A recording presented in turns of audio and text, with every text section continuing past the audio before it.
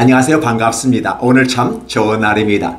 하나님께서 저와 여러분의 가정에 준비하신 은혜와 평강이 넘쳐나기를 예수님의 이름으로 축원합니다. 열왕기하 14장 17절에서 29절에 있는 말씀을 중심으로 경험과 합리적 사고를 넘어선 하나님의 사랑이란 제목으로 말씀을 나누고자 원합니다. 최종적인 부분 속에서 우리에게 다가오는 가장 중요한 것은 하나님의 사랑입니다. 하나님의 사랑은 생명과 연결되어져 있습니다. 생명은 곧 지혜와 연결되어져 있습니다. 따라서 참 지식에 이르는 방법은 무엇일까를 사람들은 연구하기 시작했습니다. 근대 이후에 말입니다. 그래서 경험을 따라서 지식을 얻을 수 있다라고 말한 학파가 있고 또 내지 우리에게 경험하지 아니하도 이미 우리가 하나님의 형상을 따라 창조되었기 때문에 하나님이 본성적으로 우리에게 사고할 수 있는 시스템을 주셨다라고 말입니다. 그래서 합리적 사고를 통해서 지식에 이를 수 있다라고 말하기도 합니다. 이러한 것들이 근대를 이루는 지식을 추구한 두 축이었습니다. 그리고 아울러 인간을 이해하기 앞서서 우리가 어떻게 하나님으로부터 이제 독립을 하고 또 하나님을 넘어서서 이제 인간 중심의 사회로 근대 사회를 이끌어가면서 인간을 이해하기 위한 노력들이 많이 생겼습니다.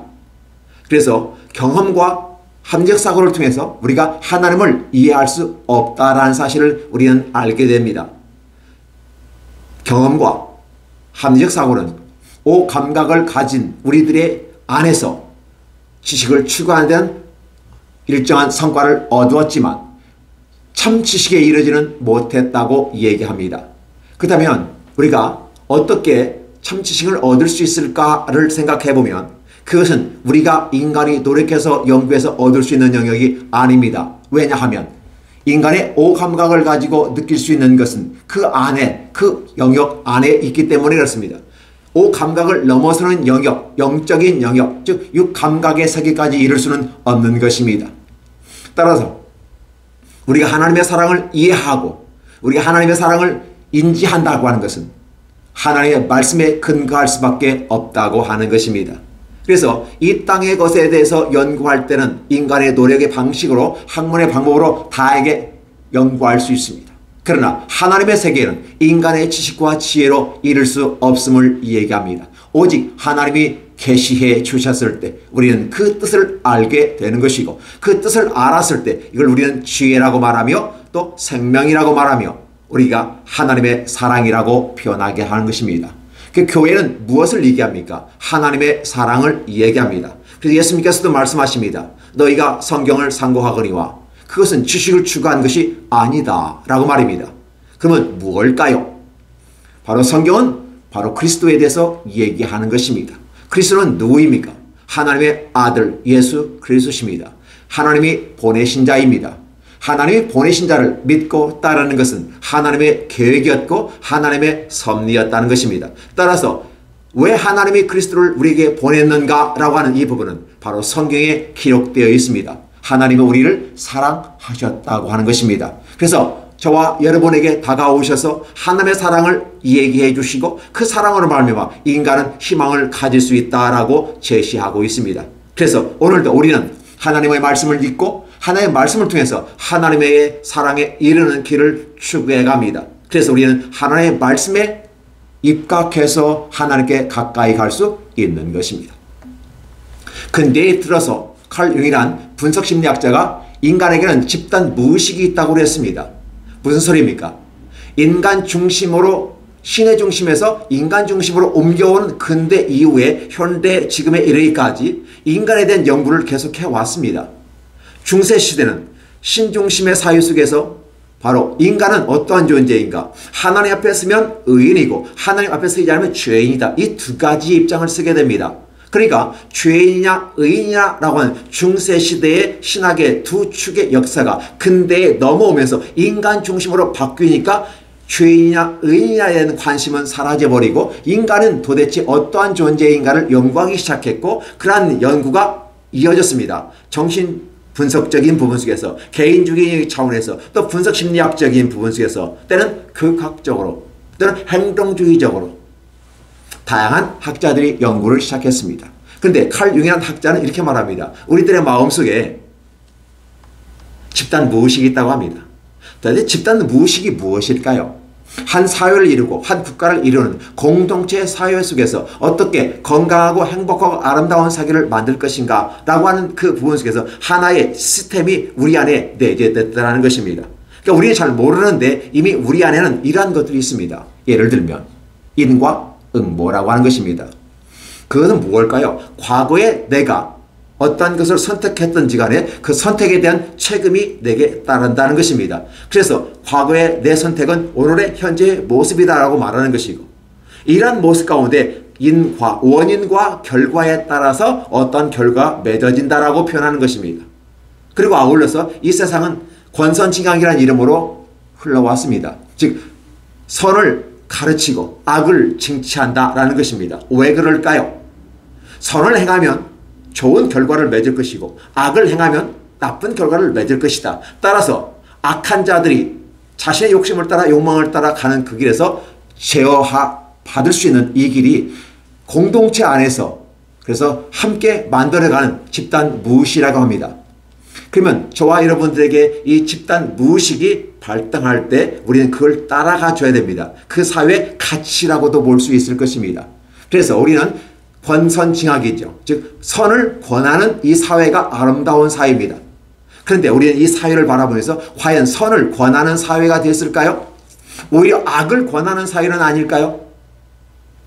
우리의 가진 잉여 재산을 가지고 변호사를 사고 나쁜 짓 하면 당연히 벌을 받아야 되는 인과응보의 원칙에 따라서 벌을 받아야 되는데 자기가 가진 잉여 재산을 가지고 변호사를 타고 법의 교묘한 허점을 이용해서 빠져나가 버립니다. 법이라고 하는 부분은 원칙과 합리적인 부분이 있을 수 있습니다.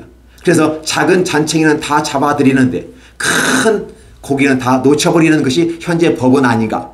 왜? 그만큼 가진 잉여 재산과 권력은 그걸 교묘히 빠져나가는데 권력과 돈이 경제가 없는 사람들은 오롯이 다 그 법망에 잡혀버리는 것을 볼 수 있습니다. 그래서 우리 집단 무의식이 과연 유효한가라는 질문을 한번 해볼 수가 있는 거 아니겠습니까? 착한 일을 해서 좋은 결과를 맺은다면 누구나 착한 일하고 좋은 결과 맺을 겁니다. 그런데 이 사회가 복잡해지면서 착한 일을 권하기보다 악한 일을 권하게 됩니다.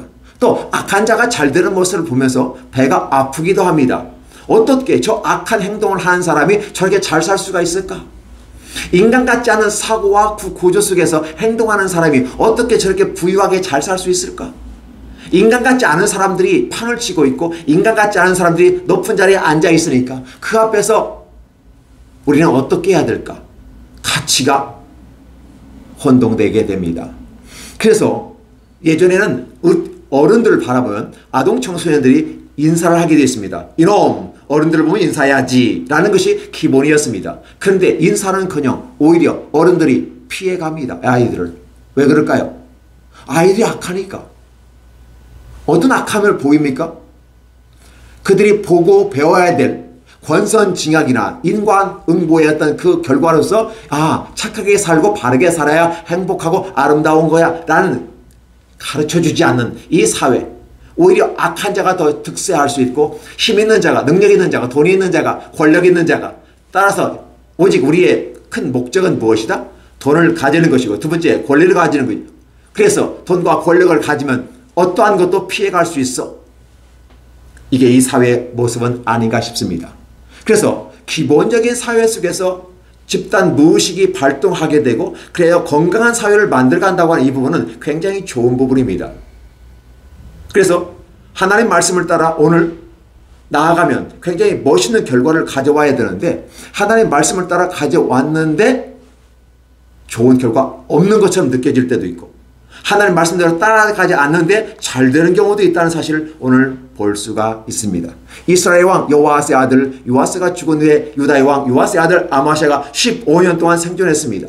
교만에 빠져있던 아마샤가 북이스라엘 요아스와 싸우다가 포로로 잡혀가고 예루살렘 성벽도 다 무너지는 상태에서 수많은 은금이 다 빼앗겨지고 그래도 북이스라엘 요아스는 죽었어도 남유다 아마샤는 15년간을 또 살았다는 이 표현을 보면서 악한 자가 과연 제대로 생존 한단 말인가? 이런 생각을 하게 되는 것입니다. 분명히 아마샤는 교만의 극치에 달았고 남의 말을 듣지 않았다는 것입니다.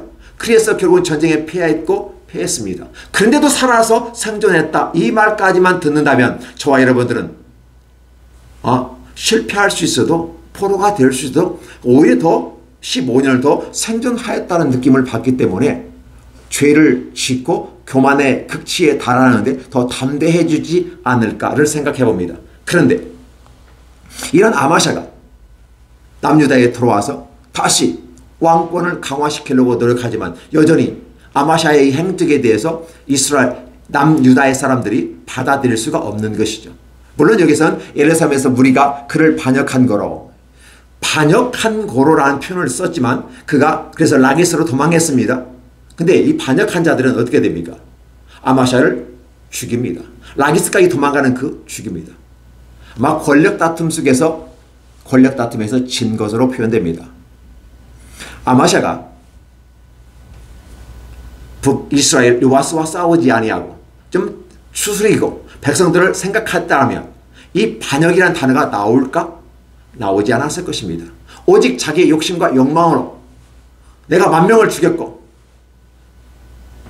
성도 빼앗고 나름대로 작지만 강하고 힘있어 하나님이 주신 은혜로 생각하지 아니하고 자신의 능력으로 말미암아 모든 게 이루어진 것처럼 생각하고 나아갔을 때 그건 패망했다는 사실입니다. 그런데 오히려 망했는데 또 생명이 연장이 되고 있어요.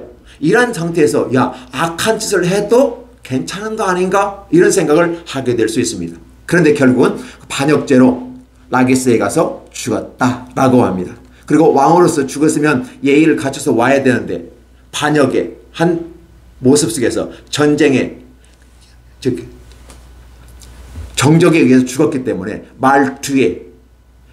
말이나 마차로 시신을 모셔오는 게 아니라 말 뒤에 막 달구지 같은 거 비슷한 거 해가지고 끌고 오하지 않았을까 그런 생각을 합니다. 말에 실어다가 예루살렘에서 주선과 장사까지는 치웠다라는 표현을 쓰면서 결국은 하나님이 악한 자, 교만한 자는 멸망하게 이르게 한다라는 사실을 보여주어서 큰 위로를 받습니다. 왜냐하면 교만하지 말라, 겸손해야 된다라고 얘기했는데 교만한 자가 잘 된다면 누가 겸손하겠습니까? 그래서 당연히 우리의 집단 무의식 속에서 교만한 자는 패망하고 교만한 자는 넘어지면 앞잡이가 되어지고 결국은 망한다라는 생각, 그래서 나는 교만하지 않아야 되겠다라는 교훈을 가진다면 얼마나 좋을까요? 그런데 그렇지 않는 경우도 있다는 사실입니다. 이제 남유다가 아니라 북이스라엘의 여로보암이 요아스를 대신해서 왕이 됩니다. 41년간 다스렸다라고 말합니다. 다른 왕들은 그렇게 긴 통치 기간을 가지지 않았습니다. 근데 여로보암이 41년간을 다스렸다고 하는 이 부분을 보면서 길게 하나님께서 기회를 주셨구나라는 생각을 해봅니다. 그런데 여호와 모세에게 악을 행하여 이스라엘에게 범죄하게 한 느바세 아들 여로보암의 모든 죄에서 떠나지 아니하였다라고 표현합니다. 이 표현을 썼을 때는 앞에 있는 여러 왕들은 그대로 이것이 큰 죄로 인식되어졌고 하나님은 심판을 하셨습니다. 그래서 인과응보, 권선징악이 그대로 이루어지는 모습을 볼 수 있습니다. 그러면 집단 무의식 속에서 이러한 것들이 발동되니까 우리도 하나님 앞에서 겸손하고 믿음으로 살아야 돼 라고 말할 수 있는데 오늘 본문은 조금 범위를 넘어서는 것 같습니다. 우리가 이해할 수 없는 영역에 들어가게 됩니다. 이스라엘 하나님 여호와께서 그의 종 가데벨 아미떼 아들 선지자 요나를 통해서 하신 말씀과 같이 무슨 소리예요? 하나님 어떤 계획을 갖고 있었고 이미 그 계획을 요나를 통해서 얘기합니다. 아모스 선지에 따르면 하나님께서 어떤 일을 하실 때 그냥 하지 않는다라고 말합니다. 자기 선지자에게 말하지 않고서는 행하지 않는 하나님. 달리 말하면 하나님께서 우리에게 이 어떤 기적들, 어떤 일들이 발생하면 이것은 우연히 된 일인 것처럼 많은 사람들이 생각을 하게 됩니다. 따라서 이것은 우연히 된 일이 아니다라는 사실입니다. 아미떼의 아들 선지자 요나를 통해서 하신 말씀과 같이라는 표현은 이미 하나님 어떤 계획을 갖고 계셨다라는 것입니다. 그런데 그 계획을 갖고 계셨는데 때마침 여로보암이 왕이 되고 41년 동안 통치하면서 하나님이 이 여로보암에게 복을 주셨다는 사실입니다. 그런데 여로보암은 분명히 초대왕 여로보암의 죄에서 떠나지 아니했다고 말합니다. 이 여로보암은 우리가 앞에 있는 초대 북이스라엘 왕 여로보암과 비교하기 위해서 여로보암 2세라고 우리가 이름을 붙여볼 수도 있습니다. 그러니까 여로보암 2세가 여로보암 1세에 그에서 떠나지 아니했다. 그런데 여로보암의 나라가 회복이 됐다라는 사실입니다. 여로보암이 이스라엘 영토를 회복하되 하만 어귀에서부터 아라바 바다까지 하였으니 이것은 통일국가 이후에 최대 영토를 다시 회복했다라는 사실입니다.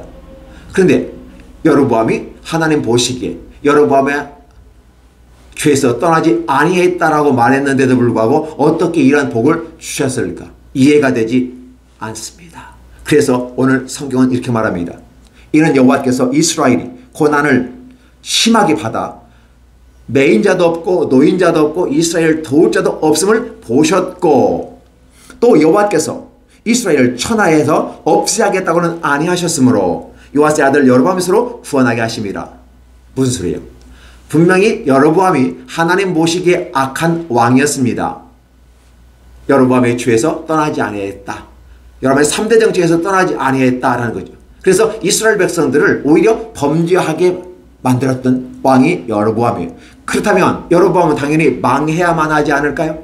그런데 애후의 왕족에 끼어있는 이 여로보암이 형통하는 모습을 봅니다. 영토가 확장되어지고 경제가 회복이 되는 이러한 모습들을 바라보는 거죠. 그러면 저와 여러분은 이 모습을 보면서 이와 같은 여로보암에게 왜 하나님이 복을 주셨냐라는 것이에요. 물론 역사적인 부분 속에서 국제 정세의 권력의 구도가 조금 변경됩니다. 항상 북이스라엘은 아람왕 하사엘과 그 아람의 지배를 받아 많은 핍전의 힘든 아픔의 경험을 했습니다. 그런데 그냥 그게 된 게 아니었다는 사실이죠. 북이스라엘이 범죄하였으니까 하나님께서 바로 그 위에 있는 아람 나라를 통해서 징계하였다라는 것이죠. 이게 북이스라엘 역사입니다. 그런데 북이스라엘 역사 속에서 오늘 여로보암은 정반대의 결과를 가져오게 되는 것이죠. 그래서 학자들이 알아보니까 이 북이스라엘은 위에 아수르라는 나라하고 친아수르 정책을 핍니다. 그런데 그 친아수르 정책의 힘이 굉장히 강해지고 그러다 보니까 이 아람이 약해지는 그 과정 속에서 국제적인 관계 속에서 결국은 북이스라엘이 일어날 수밖에 없었고 아람을 위해서 밀고 나가고 아래로 내려올 수밖에 없었다라는 국제 정세 속에서 하나의 성공 사례가 됩니다. 그러니까 환경이 그렇게 조성되게끔 하나님은 계획해 놓으셨다는 것입니다. 만약에 여로보암이 하나님의 인도하심과 하나님의 계획대 가운데 준비해 놓지 않았다면 과연 이러한 놀라운 축복으로 통일국가에서 이루어졌던 그 엄청난 영토 확장과 그 복을 받았을까를 생각해 보는 것이죠.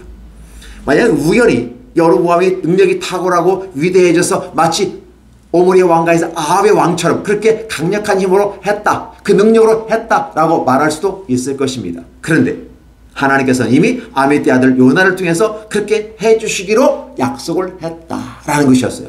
그렇기 때문에 국제정세까지도 하나님은 조정하셔서 여로보암이 능히 그 길을 이루도록 하나님 복을 주셨다고 하는 사실입니다.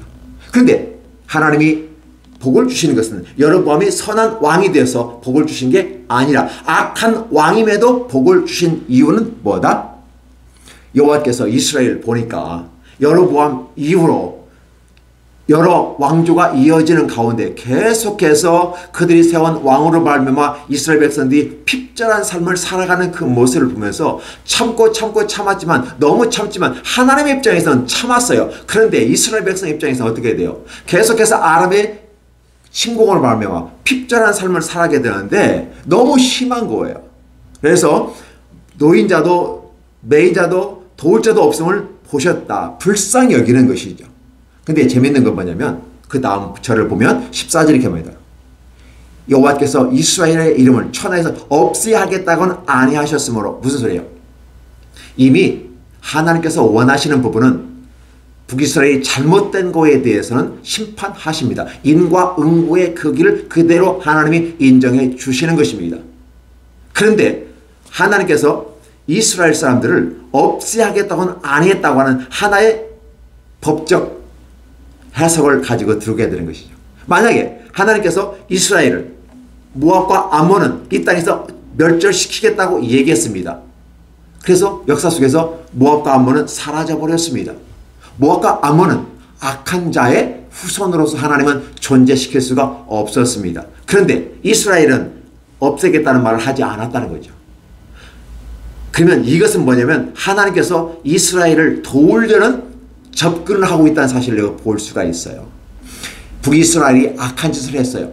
악한 짓을 하면 당연히 벌을 받아야 됩니다. 근데 너무나도 벌을 받았는데도 여전히 돌아올 생각도 안 하고 깨우칠 생각도 안 하고 하나님께 고개조차도 돌리지 않은 이 모습을 보면서 하나님의 화가 너무 치밀은 것입니다. 그래서 사실은 하나님의 심정 같으면 이 모압과 암몬을 없애버리는 것처럼 이스라엘도 없애버릴 수 있었습니다. 그런데 분명히 하나님은 그 약속은 안 했기 때문에 기회를 한번 주시는 것입니다. 여로보암 때문에 주신 것이 아니라 북이스라엘의 선민들을 위해서 하나님은 복을 주셨다는 사실입니다. 천하에서 없애하겠다고는 아니했기 때문에 바로 법적인 근거가 됩니다. 그러니까 살려준다는 거죠. 그래서 요아스의 아들 여로보암에서 구원하심이었더라라는 거죠.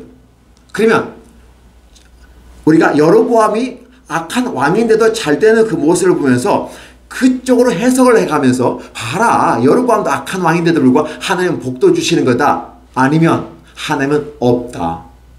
왜? 여로보암이 이렇게 나쁜 짓 하면 당연히 벌을 받는 것은 우리 무의식 속에서 있는 당연히 전통을 따라 내려온 거야. 그런데 악한 짓을 했는데 여로보암이 성공해서 잘 됐어. 달리 말하면 하나님이 없기 때문에 여로보암에게 벌을 못 내린 거야 라고 해석하는 사람도 있을 수가 있는 것 아니겠습니까? 근데 하나님은 분명히 여로보암은 잘못했다고 딱 못 박아 놨습니다. 못 박아 놔버렸어요. 그런데 누구 때문에? 이스라엘 백성 때문에. 이스라엘 백성들은 어떤 선택을 했습니까? 여호와 하나님이 진짜 하나님이고 여호와 하나님을 섬기고 따라가라. 그런데 이스라엘 백성들은 뭐라고 했어요? 아닙니다. 우리에게도 왕을 주셔서 그 왕이 우리를 이끌어가게 해주시기를 원합니다 라고 요청했어요. 하나님은 NO 처음에 했어요. 두 번째 인정해 주셨어요. 그래서 왕을 허락했어요. 허락하는 조건이 뭐였어요? 바로 그 부분이에요. 너희가 택한 이 왕이 너희를 더 힘들게 하고 어렵게 할 것이다 라는 것이었어요. 아닌 게 아니라 역사의 현장은 바로 저와 여러분에게 그걸 보여주고 있는 것입니다.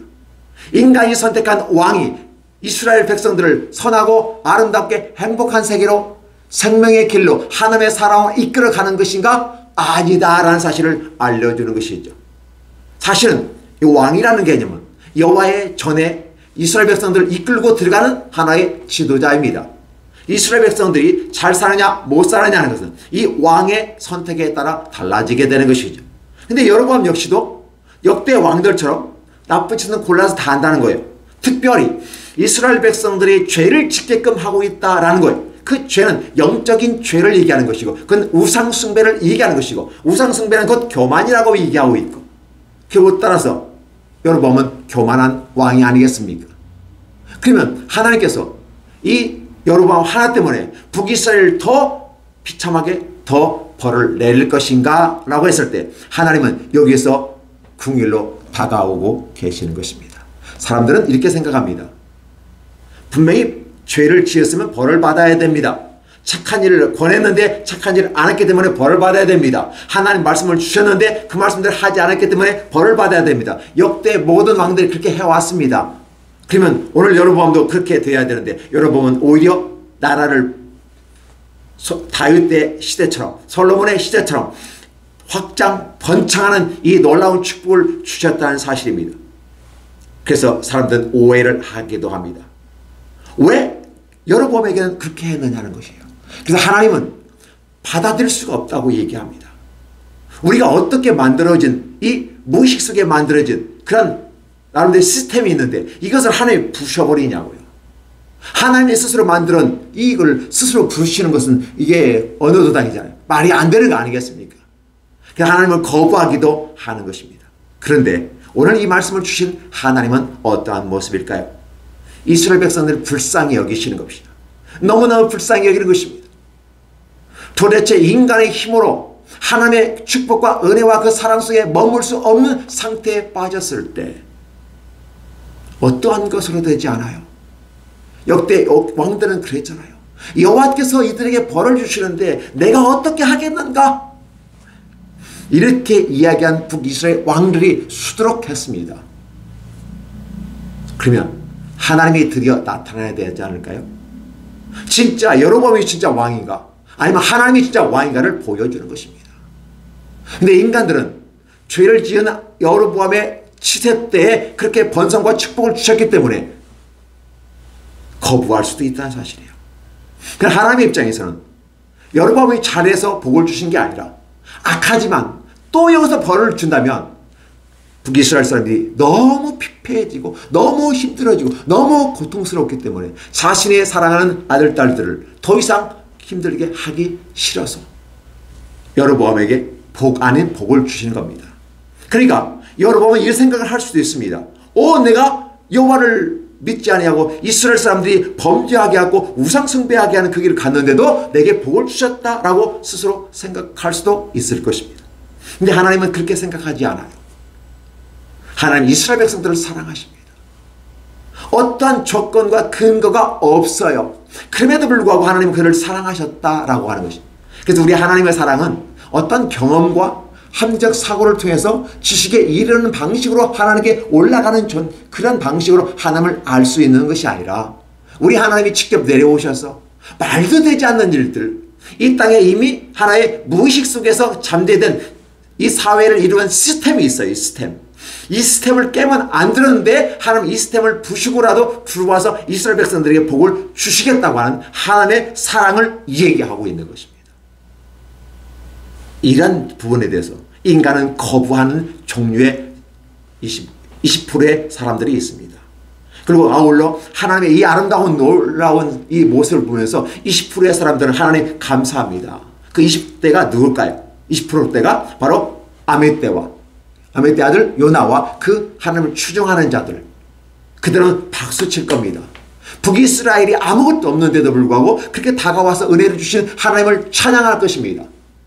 20%의 사람들은 왜 하나님이 자신이 만드는 이 집단 무의식에 있는 어떤 그런 것 가운데서 부셔버리고 악한 자가 잘 되게끔 만들어주냐. 그렇기 때문에 하나님을 우리는 인정할 수 없어. 하나님을 우리는 보이콧할 거야. 우리 하나님 거부할 거야. 라는 20%의 사람도 있더라는 사실입니다. 그럼 나머지 60%가 문제가 되지 않을까요? 60%의 사람들은 어떻게 될 것인가? 이건 군중이고 집단이라고 볼 수 있습니다. 그럼 그들에게 하나님은 지금 무엇을 얘기할까요? 사랑을 감싸주고 있는 것이지요. 오늘 저와 여러분에게 하나님께서 이 사랑을 주시고자 원하시는 것입니다.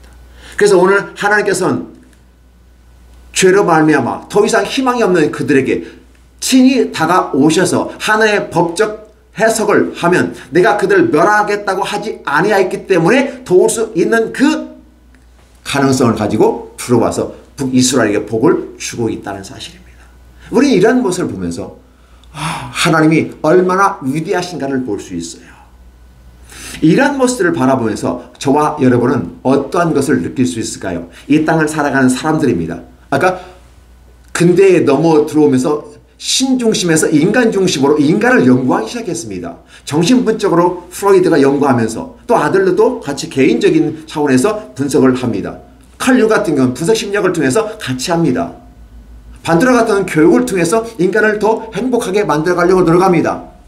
파블로프 같은 건 행동으로 말미암아 인간을 이해하려고 합니다. 예, 좋습니다. 그래서 인간은 도대체 어떠한 구조로 되어 있는지 내면의 세계를 연구하는 모습이 바로 근대 이후의 학문의 세계 아니겠습니까? 그럼 우리는 그 가운데서 학자들이 만들고 발견해낸 찾아낸 하나님이 만든 바로 집단 무의식 속에 있는 이러한 것들이 기본적으로 깔려 있지만 이러한 것들을 넘어서서 온다는 거예요. 사람이 생각하는 경험에 의해서 어떤 단계를 올라가고 합리적 사고를 통해서 어떻게 나아가는 그 단계를 통해서 지식에 이른다고 말하지만 진정한 지식은 인간의 노력과 수고와 학문적 방법이 아니라 하나님이 직접 찾아 내려오셔서 우리에게 주시는 것이 하나님의 사랑인 것입니다. 이게 하나님이 저와 여러분에게 여기서 보기를 원하신다는 것입니다. 이 하나님의 놀라운 구원의 역사를 베풀어 주셨습니다. 저와 여러분은 이 모습 속에서 어떻게 평가하고 판단해야 될까요? 악한 자는 분명히 벌을 받아야 됩니다. 그러나 여로보암이 진정한 왕이 아니고 진정한 왕은 여호와 하나님이 진정한 왕이라는 사실을 보여주면서 비록 악한 자가 그렇게 할지라도 그것까지도 감싸버리고 나갈 수 있는 위대한 힘이 하나님께 있음을 여기서 보여주고 있는 것입니다. 저와 여러분이 오늘 이 본문에서 느끼는 부분은 그 부분이에요.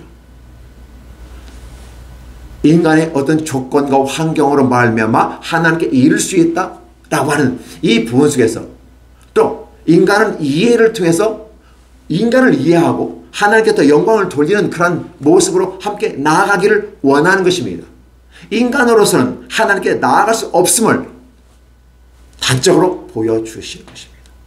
그래서 하나님께서는 이 아미떼 아들 요나를 통해서 미리 예언해 주셨고 그 예언을 통해서 지금 현재 진행하고 있는 것입니다. 그런 말미암아 이 여로보암은 북이스라엘의 제2의 번성기라고 할 정도로 강력한 나라 확장과 군사력과 경제력을 회복해야 하면서 이스라엘 백성들이 살 수 있는 길을 열어주셨다는 것입니다. 그렇다면 이스라엘 백성이 잘되고 형통하는 이 모습은 그들이 어떤 모든 것 인간적인 노력과 수고가 잘 되어서 주신 게 아니라 하나님의 전적인 은혜로 말미암아 주신 은혜임을 알려주시는 것입니다. 이 단계가 우리에게 마음으로 다가오게 될 때 큰 은혜가 됩니다. 기독교인들도 3단계 신앙으로 한번 비교해 볼까요? 예수 믿지 않는 사람들을 가르쳐서 우리는 이렇게 말합니다. 불신자라고 말합니다. 예수 믿는 사람을 신자라고 말합니다. 불신자는 교만한 사람들이라고 표현합니다. 하나님의 입장에서 보았을 때 하나님이 계신데도 불구하고 하나님을 거부하고 다른 것을 추구하기 때문에 하나님 볼 때는 교만한 자, 그래서 심판받기에 합당한 자, 불신자는 그래서 지옥에 간다는 말을 하게 되는 것이죠. 그렇다면 이 불신자의 그 길에서 우리를 끄집어 내주신 분이 누구다? 하나님이다 라는 사실이죠. 이런 어렵고 힘든 와중 속에서 하나님이 이와 같은 복을 주셨다면 분명히 여로보암의 왕은 여러 왕들과 함께 똑같은 방식을 취했기 때문에 그걸로 인해서 이스라엘이 복받았다고 말할 수는 없더라는 것이죠. 그럼 진정한 복은 누구로부터 왔다? 하나님으로 왔다 라는 걸 깨닫고 이스라엘 백성들이 다시 하나님께 돌아오기 시작합니다. 그게 바로 믿음의 단계에 들어가는 첫 단계일 것입니다. 그래서 하나님께 와서 첫 믿음의 단계에 들어갑니다. 초보의 단계를 들어가게 됩니다. 그래서 하나님 와서 약간 부족하지만 연약하지만 이제 예수님 믿고 하나님을 쳐다보는 단계. 그런데 이 단계를 넘어서 좀 성숙해 가면 어떤 단계에 이를까요? 두 번째 단계입니다. 이 두 번째 단계는 바로 성화의 과정 속에서 얘기합니다. 대개 성화라고 하는 것은 1단계부터 5단계, 4단계, 7단계 여러 학자들에 따라서 9단계까지 나누어서 성화의 과정을 설명하지만 실제적으로 예수님 믿고 성화의 과정 속에 있는 저와 여러분들이 분명히 하나님 앞에서 아름답게 이끌어가는 그 모든 거에 우리는 순종을 해 가는 것입니다. 그런데 이 단계에 있는 사람들이 하나님 앞에 예배도 드리고 찬송도 하고 기도도 합니다. 놀랍게 어떤 기적들도 제자의 삶을 살아갑니다. 그런데 이 단계에서 어려운 부분이 있어요. 요셉에서 예를 찾을 수가 있는데 요셉 같은 경우는 자신이 당하는 아픔과 어려움, 분명히 요셉은 성실하게 자기 일에 업무를 했고 아버지한테 보고를 했습니다. 그 되게 하나님이 주신 이상들을 얘기했습니다. 단지 그렇게 얘기했을 뿐인데 미움을 받고 쫓겨났고 결국은 죽음에 이르는 단계, 또 오히려 팔려버리는 단계까지 갑니다. 근데 요셉은 그에 대해서 불평하지 않았다. 아버지나 형들이나 하나님을 불평하지 않았다라는 표현을 쓰게 됩니다. 그 어느 성경에도 요셉이 하나님 앞에서 그렇게 불평하고 짜증내는 이런 모습을 하지 않았다. 요셉을 바라보면서 우리가 뭘 느낍니까? 아, 오해를 받았을 때 진정한 크리스찬이 입증이 되는구나. 요셉은 바로 그 기준을 우리 저와 여러분에게 주시는 것입니다.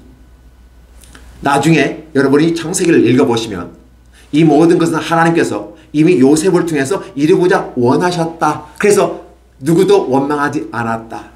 내게 닥쳐온 아픔과 고통이 있을 때, 억울함이 다가왔을 때 그 억울함을 오롯이 받아들일 수 있는 사람 단계, 이 단계가 바로 3단계인 것이죠. 예수님도 그 단계에 겪으셨습니다. 사도 바울도 예루살렘에 올라가면 죽는다는 사실을 알았지만 여전히 그 길을 걸어갔습니다. 이 3단계에 이르게 되는 것이죠. 그래서 저와 여러분들에게 바로 우리는 어떠한 단계 속에 우리의 믿음을 갖고 있는가를 생각해 보아야 합니다. 하나님의 이 구원의 역사 속에서 1단계에 머물러 있는 성도들이 있습니다. 이분들은 하나님의 말씀을 읽고 듣고 훈련하고 기도 많이 해야 될 것입니다. 그래서 이제 하나님의 지식도 쌓여지고 그런 경험과 합리적 사고를 통해서 얼마든지 우리의 믿음을 키워갈 수가 있습니다. 그런데 말입니다. 좀 성장하는 이 두 번째 단계에 있을 때 저와 여러분들은 사고의 구조를 확장시켜 주셔야 됩니다. 우리의 믿음의 사고가 더 높아져야 됩니다. 하나님 말씀을 묵상하고 하나님 말씀에 대한 지식을 더해가야 됩니다. 그게 무엇일까요?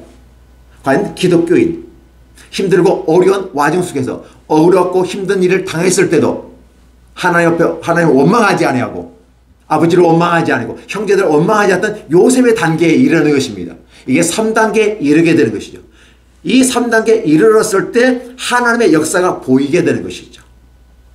그렇지 않다면 하나님께서 오늘 이 북이스라엘의 여로보암 왕이 악한 왕임에도 불구하고 잘되게 했다는 것을 이해할 수가 없는 거예요. 왜? 억울한 거죠. 원망하는 것입니다. 그러나 3단계에 오르게 되면 하나님의 이 계획을 알게 되는 것이죠. 바로 성숙의 단계. 우리가 그리스도의 장성한 본향에 이르기까지 했을 때 그리스도의 장성한 본향은 어디까지가? 십자가를 위해서 자기 몸을 내놓는 단계이거든요. 그 말이요. 억울하고 원통하고 분통한데, 그렇죠? 분통을 터뜨릴 일인데 바로 거기서 참고 견디는 모습. 이 단계까지 갔을 때 우리는 완전한 모습을 아니까. 그랬을 때 비로소 하나님의 생각을 읽어낼 수가 있는 것이죠. 이 말씀을 듣는 저와 여러분들은 여러분의 믿음의 어떠한 단계에 있습니까? 혹시 불신자의 길에 있습니까? 북이스라엘처럼. 그렇다면 여러분의 하나님의 사랑 가운데 여러분 들어오시기 바랍니다. 하나님은 너무 좋으신 분이십니다. 우리가 어떤 근거를 제시하지 않아도 그분은 우리를 사랑하셨고 우리를 하나님의 단계로 들어오게 하십니다. 즉 예수 믿는 단계, 신자의 단계에 들어오게 하십니다. 올라오십시오. 한 단계로 올라오십시오.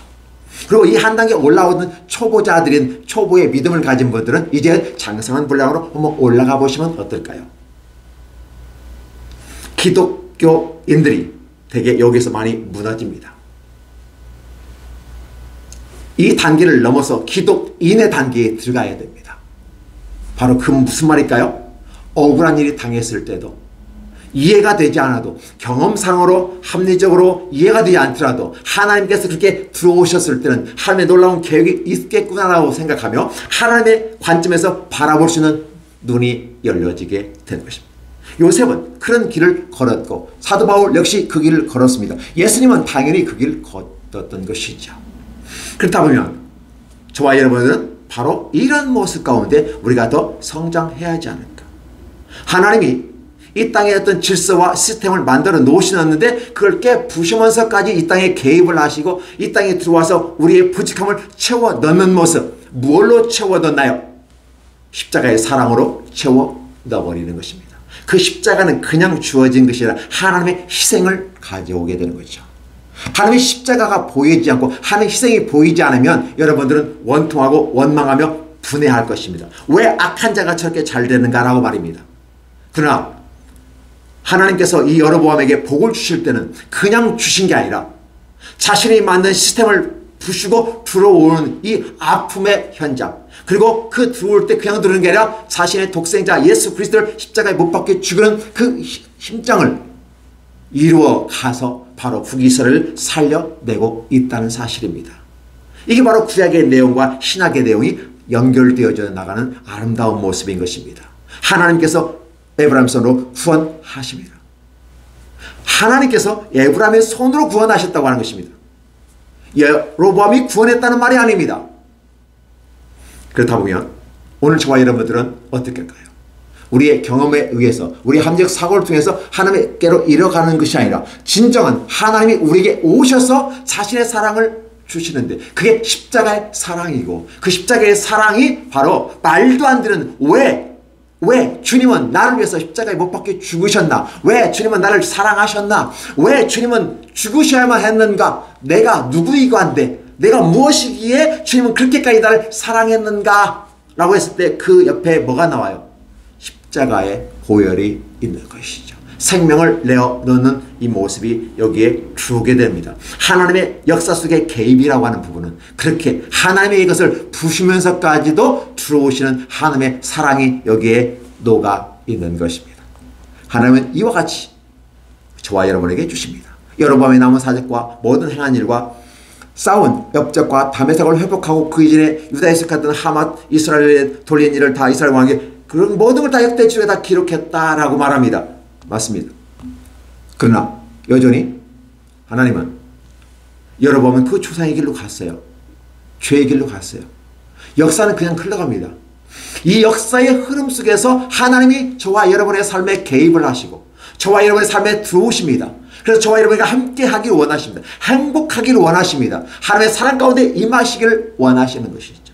그래서 우리 하나님은 경험과 합력 사고를 넘어서선 하나님의 위대한 사랑으로 다가오게 됩니다. 그래서 우리는 그분을 신앙하게 되는 거고 우리는 그분을 바라보는 것입니다. 어떻습니까?